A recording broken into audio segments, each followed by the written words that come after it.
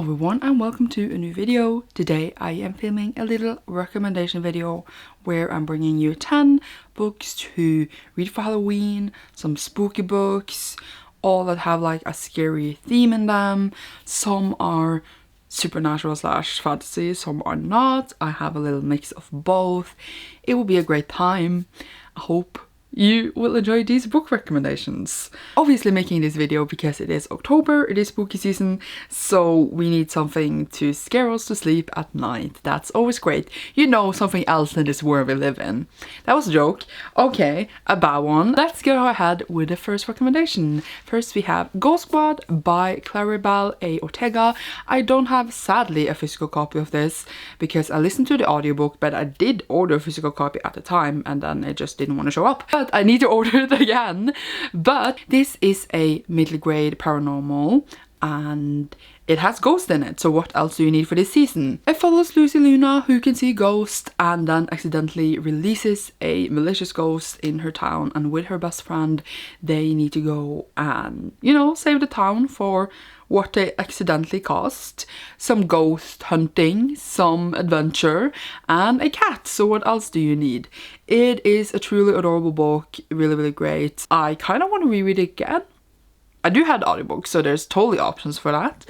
And again, really recommend it. So it's a perfect pick for this season, especially if you like middle grade or if you want to read it to your child, if you have children. Something like that. Then we have another middle grade. It just kind of ended up like this. It didn't even mean to be in this order, but here we are, which is A Skinful of Shadows by Frances Hardinge. And this one is kind of also crossing over to YA.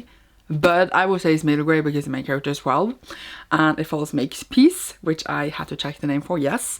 And, well, ghosts can enter her body. She doesn't really want to, but it does happen. She's like dying. Actually, she's also like, if I remember correctly, part of this family who all are like, can have ghosts enter the bodies. But there's like some shit with that it's not good. But it does tend to happen. She has to deal with the fact that it goes inside of her. She goes on an adventure. I am really bad at reading this book right now. It's been a while since I read it. But I can just say that the atmosphere in this book, the funness of it, with the ghosts and with our main character and finding out, like, I was gonna say, like, the different parts of this world, finding out the different parts of our family, and just going out on this, as I said, ghost adventure. All that coming together is just so fun. I like the atmosphere here is very like light and fun. That would be the same in Ghost Squad. I think like it's just like a feel-good story but with spookiness in it, and it's just a really great time. So yeah, I recommend this a lot. It was truly great and I kind of want to reread this now too. I don't have time for this. The next one is a manga because I wanted to include at least one here. Now of course I could have recommended Junji Ito, but I didn't want to traumatize anyone else today. So I went for something very cute and sweet. You know, spooky but cute and sweet, which we have Fine Witch by Chihiro Ishizuka. This one is a manga series and it just follows our witch Mako. She moves through another part of her family, out kind of in the countryside, and we just see her do different spells and discover different kinds of magic, meet different creatures. It's just a really sweet time. This might not be even spooky, but it has a witch as a main character. Such a feel-good story, so easy to get into. Kind of want to reread this too. But yeah, this is kind of more even adorable than spooky, I guess, but since it had a witch and a black cat, I felt like including it here. We need something sweet for all the darkness to come in our lives, okay? I really do recommend it, and I feel like enough people have not read this, so now you know about it. Then we go straight over to an adult thriller, kinda. It's not supernatural, but yeah, we have 6-4 by Hideo Yokoyama. It's a ride. Honestly, I don't have words for how much of a ride this book is. So it is an adult thriller crime novel thing, and I'm not usually the biggest fan of that genre, yes, but this one. I still need to read the author's other books, because truly if they are as a ride as this one, I don't know what to tell you. Our main character is a detective, or not even a detective anymore. He's like in one department on like in the police station. There's a kidnapping that happened a few years ago, and that case came as known as 6-4. And now we are coming upon the anniversary of that kidnapping, and a new case, kinda, and new things comes to light where we're trying to find out what happened with that kidnapping. At the same time, our main character also, like, his daughter has gone missing, kinda, or she's run away. So that's also like a part of the book. But generally what makes this book so interesting is our main character and his thought pattern. We really go into when he has to, for example, make a decision or something happens. We really go into his head where he thinks out through what can happen. Like if he goes with this decision, he goes out on a long like thing where like if this happens, all these things will happen, and then go to the other side and be like, if that happened, all these things will happen. Kind of. That was a really bad explanation. And there's also like these kind of conflicts between like two departments of the police, and like he's in the middle of those and he thinks out through that conflict a lot, while at the same time, you know, solving this thing and doing so many different things. And in the end, what we find out, by the way, how it is found out, it's, I don't like still think about it.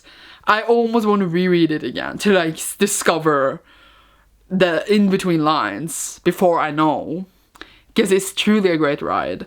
And yeah, if you like just into adult crime thingies, that was a word. I thought I was gonna like it, but like it was truly a ride. So yeah, I recommend this a lot, truly. Almost all of the rest ones have supernatural shit in it because I read mostly fantasy, okay? First we have Ninth House by Lee Bardugo. I feel like everyone has heard about this anyway, but here we are. So this is a adult fantasy, dark academia set on Yale, where our main character goes to Yale and is part of a secret society. There's one of the secret society and they all have to do with like ghosts and shit. Our main character can see ghosts, has been able to for a long while, and like that's why she's part of this society.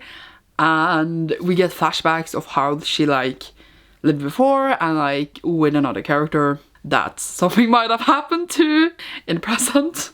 I don't even know what to say. There's also like a string of murders that happens, so our main character is trying to find those out, and you know, being able to say ghosts, that is part of it. And that was a bad explanation, but like I think it's hard to get a synopsis to anything without like I don't like to like spoil things, because I usually go into the books not knowing anything. I think almost that's the best experience sometimes, just knowing general stuff that sounds interesting. Overall, like the atmosphere here I think is immaculate. You really are in like this dark society solving these murders. It's a great book. We're still waiting for the sequel. It ended intense and I want to know what is gonna happen. I need to know to exist. And just so many parts of the book was great.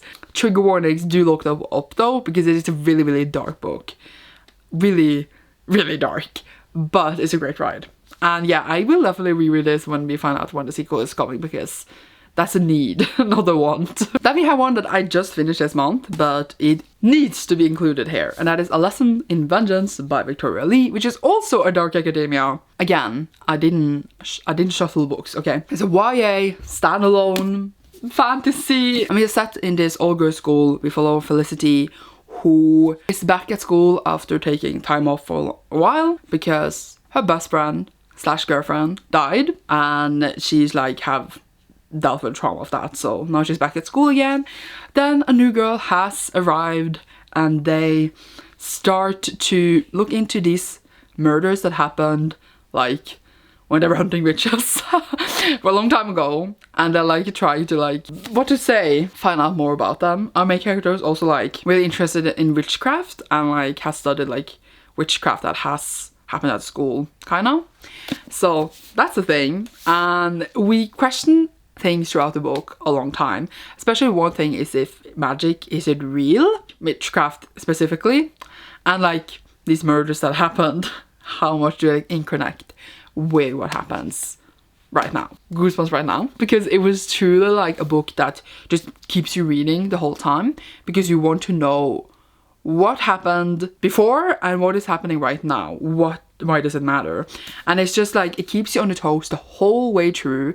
The atmosphere is just beautiful, the way it's written is beautiful, and then you have these two characters that you end up shipping, and you just I didn't expect the ending, but yeah, it left me shocked. I was like, seriously? After all that and finding out like the things about the characters. It's just has a perfect balance of everything you want in this kind of book. And it's really a great ride, like, truly. Recommend looking up trigger warnings. I think a bit for it too. But it's not as dark as Night House, I would say, but it's still pretty dark, and it has death in it. So yeah, a really, really great book. So there you have that. A lot of these books had to do with ghosts. I could have recommended a lot of necromancy books because I read a lot of those. We ended up with ghosts, but it's fine. Then have another book that I read really recently, but I wouldn't include it here, and that is The Taking of Jake Livingston by Brian Douglas. This one follows Jake, and he is like living in between two worlds because he can see ghosts and is a medium for them. And then this ghost that was the ghost of another student called Sawyer, which was really troubled and like shot a lot of people. It's kind of haunting him. He is haunting him, and it is just trying to deal with life and school. And then we have this other ghost that's trying to murder him. It's not really a great time. Also, Jake is gay, so that was a thing I didn't know about the book. So there you have another great reason to pick this up, to support a LGBT book as well. Alice and Avengers was also gay, like, that has an FF thing. This is an MM thing. That was totally random, but I just realized that now. Either way, it's just spooky. It's great. It has explosions. It has really, really dark parts as well. What else can you expect in these kinds of books? I just really, really enjoyed Jack as a character. There was just so many great parts. It's short, but I think being this short and being this good, I don't get it, but some people can just do it, okay? Now I had to recommend this. How can I not? It's my fave. It's actually 2 books, but it's like a series. So here we go. We have Gideon the Night by Tamsin Muir, and its sequel Harrow the Night, also of course by Tamsin Muir. This one is prompted as lesbian or necromancers in space, and what option or description could it be? It is truly a confusing book, but I love it so much. I don't have words for how much I love it. We follow Gideon, who is kind of like stuck on the 9th house, or like on the planet where the 9th house exists. She does not want to be there, but she ends up being like the cavalier to Harrow, and they go off to this other planet to like fight to be, I guess, a god. And then lots of murders happens. It's a great, great, great, great time.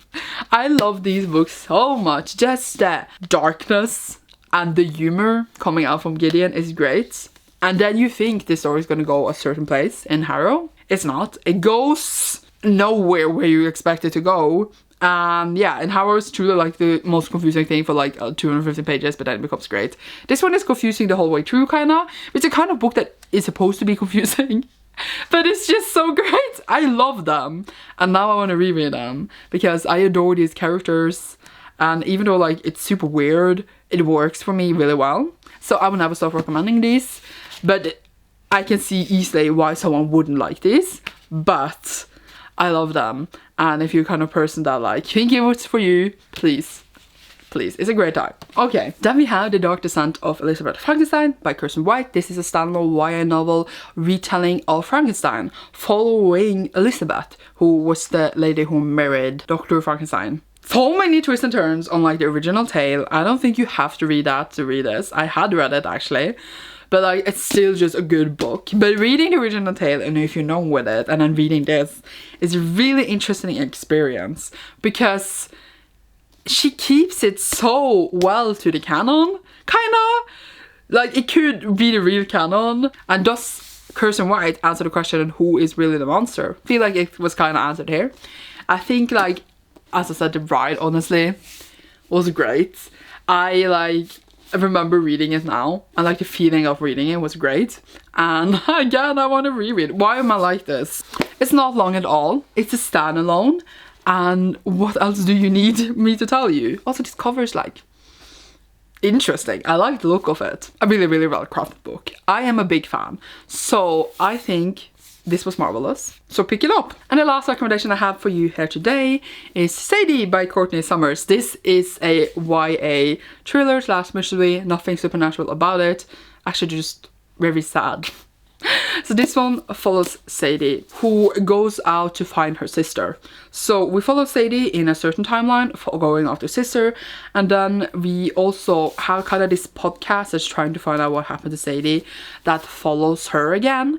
And I feel like you have to listen to the audiobook to get the full experience of this book. It's like listening kinda to a podcast kind of like a true crime podcast. It's kind of how the book is written as well, and it's a great book to read, but listening to the audiobook gives such an interesting experience, and I think nothing can compare to it. So just like, it's a really great audiobook, and especially like since spooky stories are often told to you, this is like a perfect one to have on and just like really feel the season we are in. It's just so great. There's multiple narrators, it just feels so real, and yeah, it's a really sad book. Look it up, trigger warnings as well for this. The ending is left you wanting. A lot of kind of stories usually makes you feel like this, because in real life there's really no answers for a lot of cases like these. Truly great, very depressing, exactly what you want for this season, yay! And that's it. I had a long list of books I could recommend, and I chose to just pick out 10, or else we will be here for ages. But there's so many more I can recommend.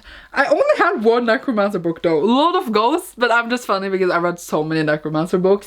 Could have stood there for ages about them. If you had managed to read all of these books right now, you will literally feel the season and the spookiness of the season and the creepiness of the season that is supposed to be deep into your soul, I swear. That's what we want.